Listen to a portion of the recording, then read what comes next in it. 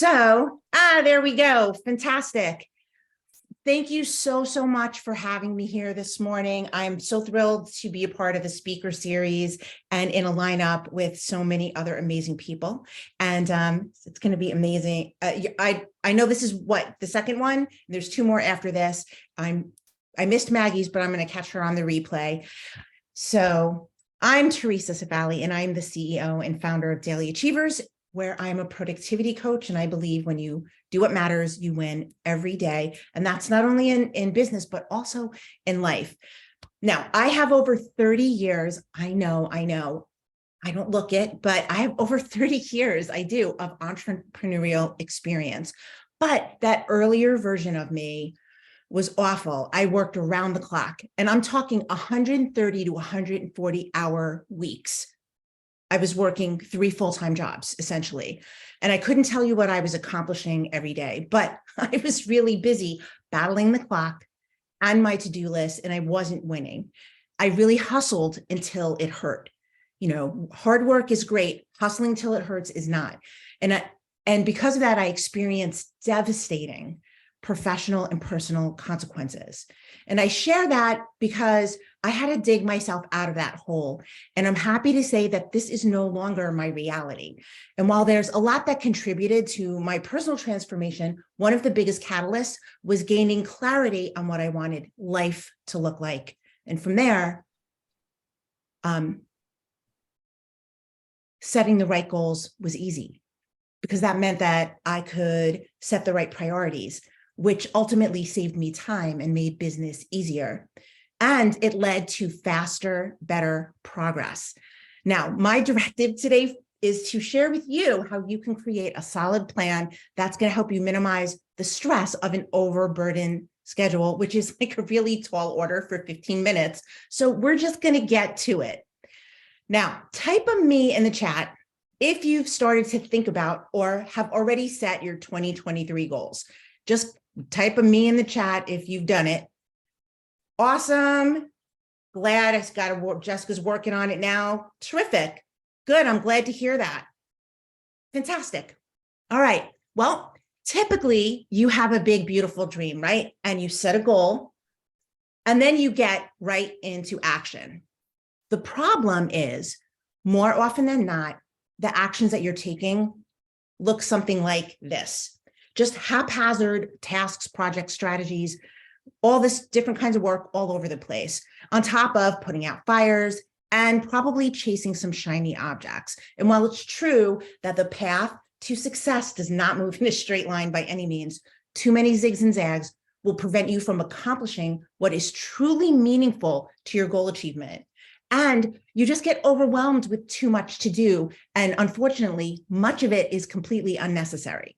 So in the chat, tell me, why do you set goals? What's the purpose of setting a goal? Why do you do it? Go on. I'm waiting. Type faster. Tracking. So I can see it to accomplish a dream. Awesome, right? So basically, you want to achieve something, right? But there's another just as important reason to set goals. Goals will help you narrow the focus of your actions so that you can do less work. How do you do that? Well, in my world, you plan. Planning will help you will help you focus your time and attention on what's essential to your progress. Planning minimizes the risk of over-planning and over-committing, which reduces the stress that comes with it, okay? And planning makes business easier overall. That's been my experience. It helps you stay on track to achieve your goals. Planning helps you make better decisions for how to spend your time. And it allows you to quickly and easily see if something is or isn't working so that you can adjust. When you're not doing that, you end up basically all over the place. Planning saves you time because when you narrow your focus, as I said before, there's less to do. And that means more freedom and flexibility just to live your life. But often you don't plan. You think you do, but you're not really. And honestly, you don't do it because it seems overwhelming, especially if you're not really sure how to go about properly planning. And it's not your fault, because planning really isn't something that we're taught. And we're going to take care of that today. So who's ready? Give me a ready in the chat if you're ready, because today I'd like to share with you the process that I personally use and teach. And I also have a PDF for you. So feel free to take notes if you like, but understand that I'm going to give you a PDF. It's going to give you not the slideshow, but just a basic outline of the process.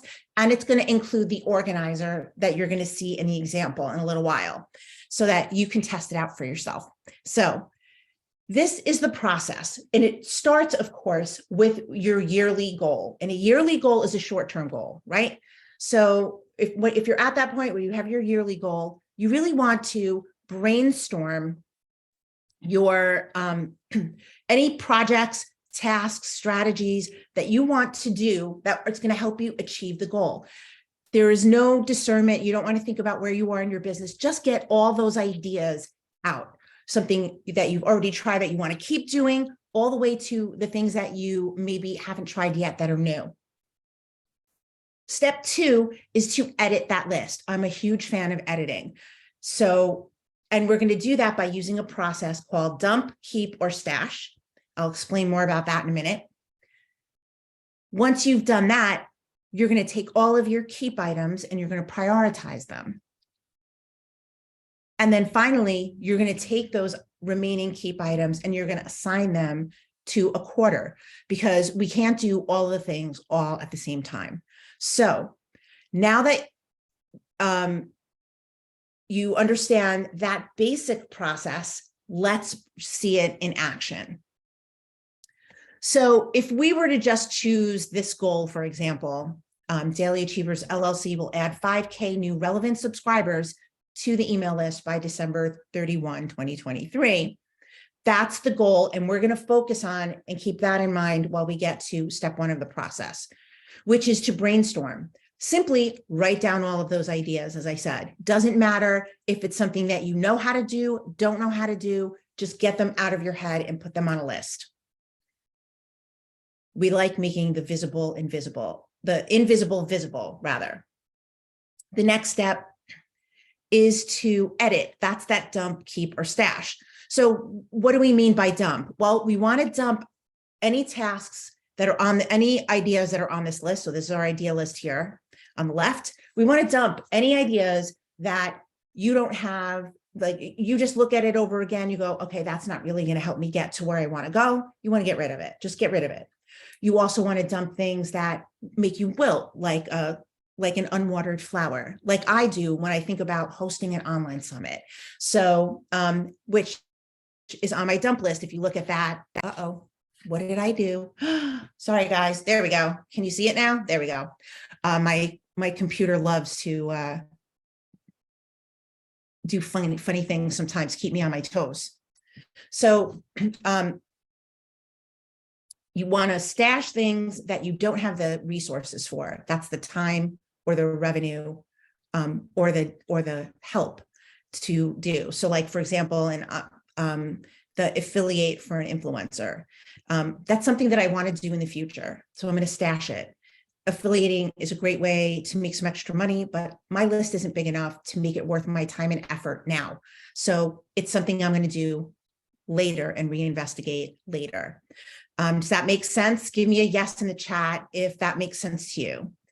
And then we'll just move along. So we really are just going to focus right now on the items that we want to keep. And so this is going to help us make our outline. And we want to, once we know what these keep items are, we are going to put them in some kind of priority order based on what you have the time and resources. Now, maybe there's a logical sequence that makes sense. And sometimes it could be, well, you know, this is a good idea for now, and I'm growing towards having the resources to do this later.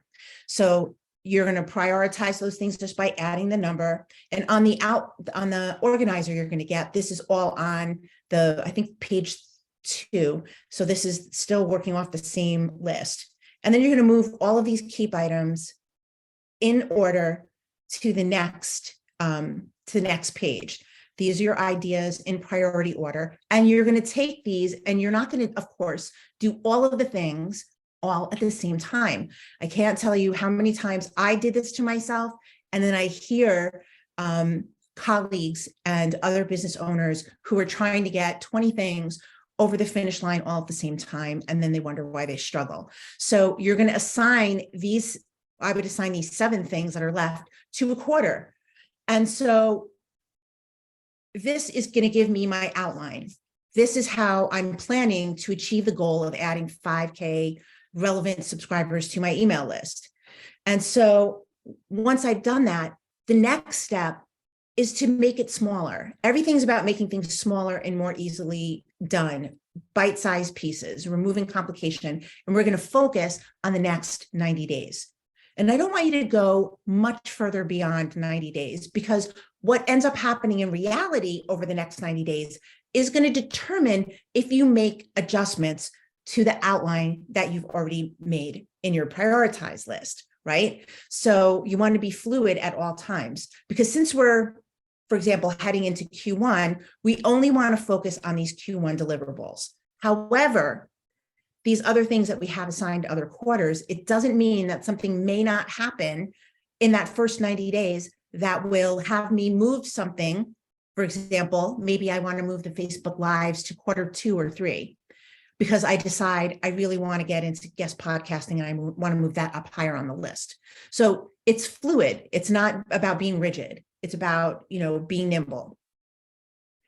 And and now that you've done that and you're focused, you know what deliverables you're focused on, you want to set due dates and deadlines. So important.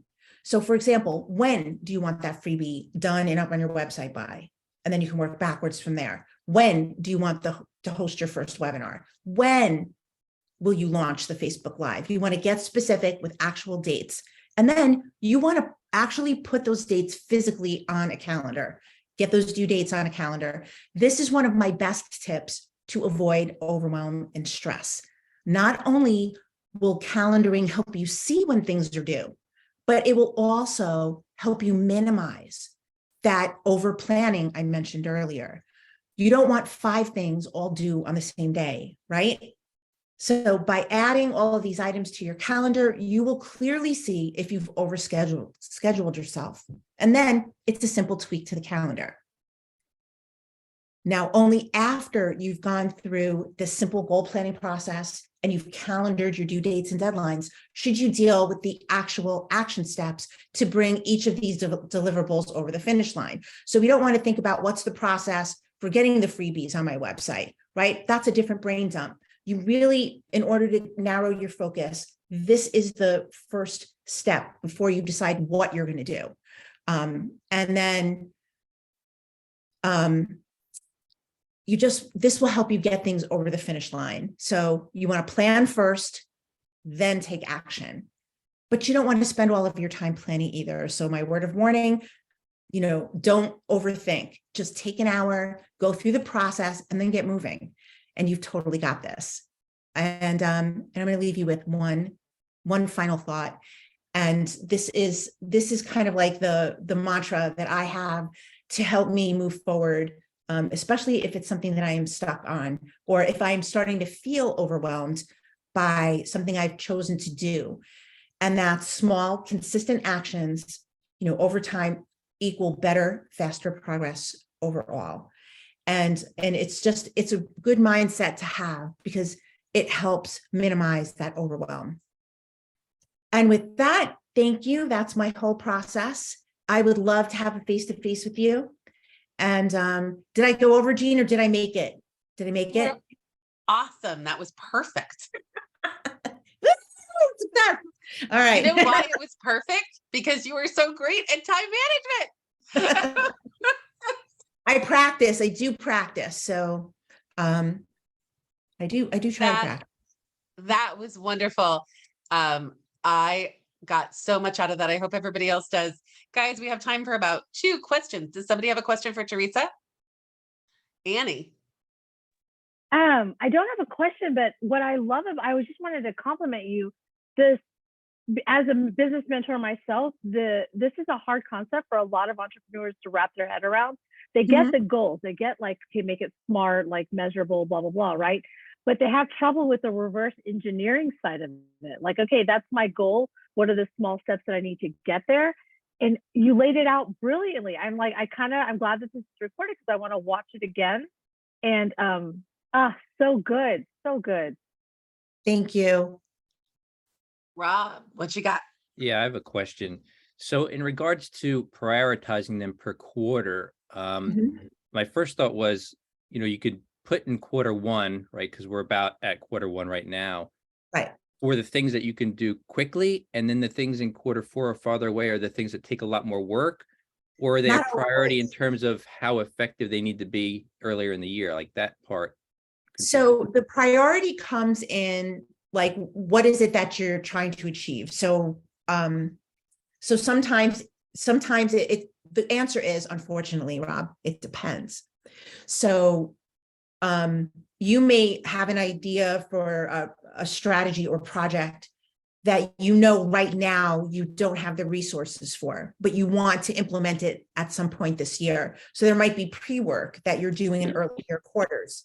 By moving it further into like Q3 or Q4, you're taking the pressure off yourself because your brain automatically starts just obsessing over, I don't know how to do this. I don't know how to do that. And then you're wasting time worrying about something you really don't need to worry about just yet. So sometimes it's foundational stuff you're setting up earlier in the year. Sometimes it's just a matter of resources. So I'm going to learn the skill, or I'm going to create the revenue to hire. I'm going to find the outsource who I need to outsource to.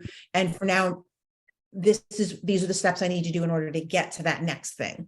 And sometimes it's just a matter of, I could do all of these things now, but realistically, can I get 7 things done in the next 90 days?